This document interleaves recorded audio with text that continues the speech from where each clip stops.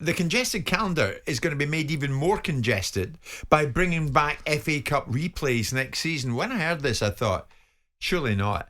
But it's true. I mean, they were scrapped last season because of the schedule down to the pandemic. Yes. Now they're coming back. Yes. The EFL have also confirmed they'll bring back a two-legged Carabao Cup semi-finals this season. Yes. I mean, Simon, we don't need that. See, I'm going to advance an argument that I'm on the other side of, which is precedents being setting are always quite dangerous. Yeah. And the FA Cup last year set a precedent by taking away replays that ultimately they've now reversed. So that's a good thing, because once precedents are in place, I'm often very accusatory that they never get superseded, because ultimately, the events that they were put in place for or changed for just become the norm.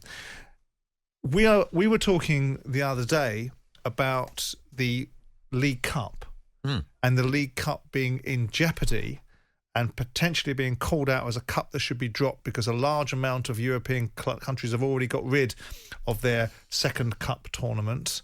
And there's a campaign that was potentially beginning to gain momentum in certain people's eyes that the League Cup should be the next one to fall foul of it.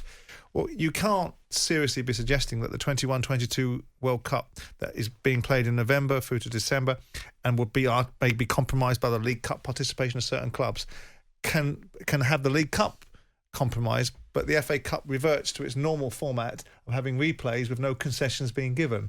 Now, of course, I realise that the FA Cup only starts, as far as the media world considers, in January, because the third round comes around and the big clubs come in, and that might be part of the thinking when the World Cup tournament is then finished.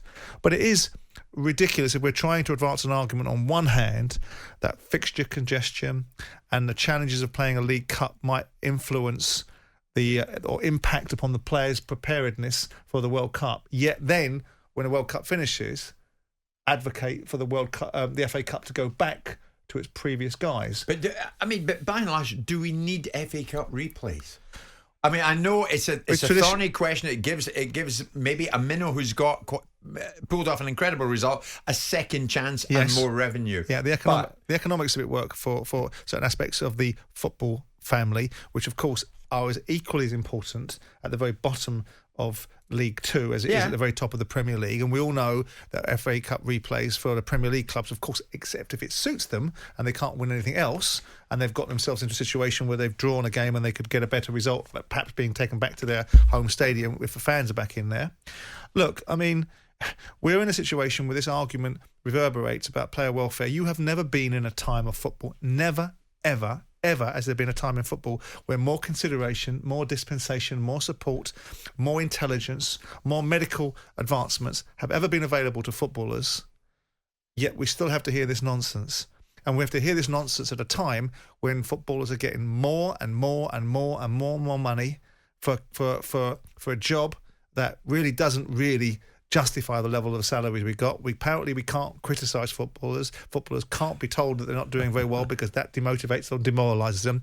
So this idea that somehow player welfare isn't considered is an absolute load of old cobblers. You see, you're brave now saying all this with Keown not here. I said the exact same thing to Martin Keown last week, and I even said to him, because he said, we want player representation. I said, with the greatest respect in the world, if the only representation you want is to sit on a panel telling people what you don't want to do, who the hell would want that kind of representation? How about you take a 30% pay cut across football and then reduce the need for all these additional games? Well, and then everyone will be happy, won't they? The only thing you did do was make it clear to him this was my seat. That was your seat and that he was an employee of yours. Not an employee. And I must admit, I thought he was going to knock you out. No, you did not. You tried to engender or engineer a series of confrontations. But myself and Martin, being the balanced individuals that we were, didn't raise to your fetid bait. Really? And had a discussion about the differences of opinions, and what we did was come out to the original position that I was right in the first place. Sure. So why did he text me later asking me for your home address?